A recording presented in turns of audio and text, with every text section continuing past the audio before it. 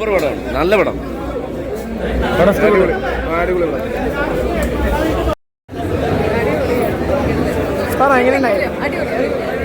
ഏതെങ്കിലും പഴയ മൂവി ആയിട്ട് കമ്പയർ ചെയ്യാൻ പറ്റുമോ? അതൊരു കംപ്ലീറ്റ്ലി ഡിഫറെന്റ് മൂവി.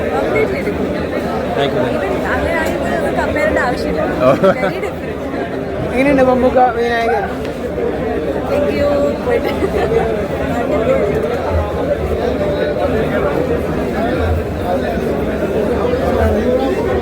മമ്മൂട്ടി വില്ലനാണ്.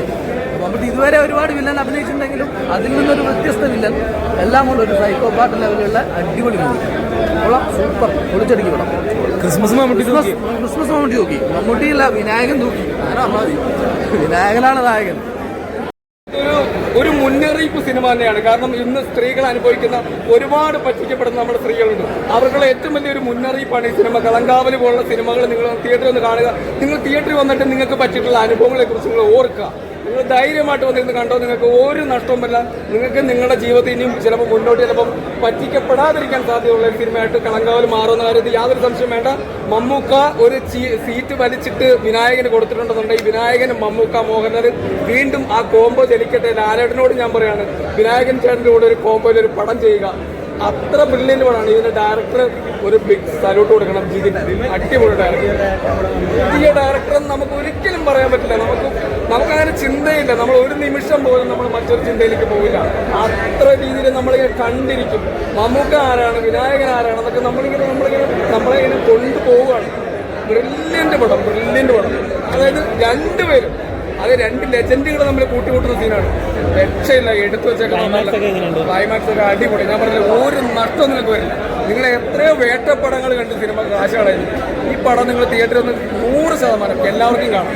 ഇതിനകത്ത് സ്ത്രീയും ഇതിനകത്ത് ഒരുപാട് നായകന്മാരുണ്ട്. അപ്പം നമുക്കൊരു തോന്നലുണ്ട് മറ്റേ അനാവശ്യമായിട്ടുള്ള സീനുകളൊക്കെ ഉൾപ്പെടുത്തിയിട്ടുണ്ട്. അങ്ങനെയൊന്നുമല്ല. ഇത് നമ്മൾ വേറെ ജോണിലെ പിള്ളേര്, സ്ത്രീകൾ, ആ സമൂഹത്തിലുള്ള എല്ലാവർക്കും കാണാൻ പറ്റും. അടിപൊളി ബ്രില്യൻ്റ് സ്ക്രിപ്റ്റ്, നല്ല സിനിമ. ധൈര്യമായിട്ട് കാണാം. നിങ്ങൾക്ക് എന്ത് ഉറപ്പ് ഞാൻ പറയാണ്. ഞാൻ വനിതാ തിയേറ്ററിൽ എന്ന് വന്നാലും അന്നൊരു ഹിറ്റാണ്. അത് ഉറപ്പിച്ചു. ഞാൻ ആഴ്ച വന്ന് റിവ്യൂ പറയുന്ന ആളെയല്ല. വിനായകന്റെ റോളിനെ പറ്റി വിനായകനൊക്കെ പൊളി. എന്താണ് ലെവല്, ചുമ്മാ കാണുന്ന അഭിനയിക്കുന്നല്ല. അവിടെ നിൽക്കാൻ പറയാതെ നിൽക്കുന്ന വിനായകൻ, അതാണ് വിനായകൻ. മമ്മൂക്ക പറഞ്ഞ സത്യം തന്നെയാണ്.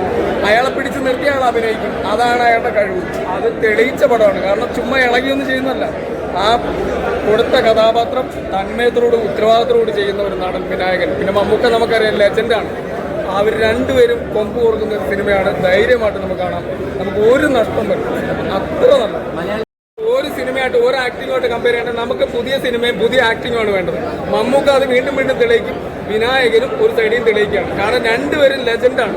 അവർ രണ്ടുപേരും കൂട്ടിമുട്ടുന്ന സിനിമയാണ്. നമുക്ക് എന്താണ് വേണ്ടത്? നമുക്ക് പുതിയൊരു അനുഭവം കിട്ടണം, ഒരു ദൃശ്യം കിട്ടണം. പുതിയ ദൃശ്യം നമ്മൾ ആഗ്രഹിക്കുന്നു, പുതിയ മ്യൂസിക് ആഗ്രഹിക്കുന്നു, പുതിയ രീതിയിലുള്ള മേക്കിംഗ് ആഗ്രഹിക്കുന്നു. അങ്ങനെ നമുക്ക് കണ്ടിന്യൂസ് ആയിട്ട് നമുക്ക് കണ്ടിരുന്ന് നമുക്ക് ഇഷ്ടപ്പെടുന്ന ഒരു സിനിമയാണ്. നമ്മൾ 100% പറയാണ്, ഈ ജിതിൻ എന്ന് പറഞ്ഞ ഈ ഡയറക്ടർ പുതിയൊരു ഡയറക്ടറെ നമുക്ക് തോന്നുകയില്ല.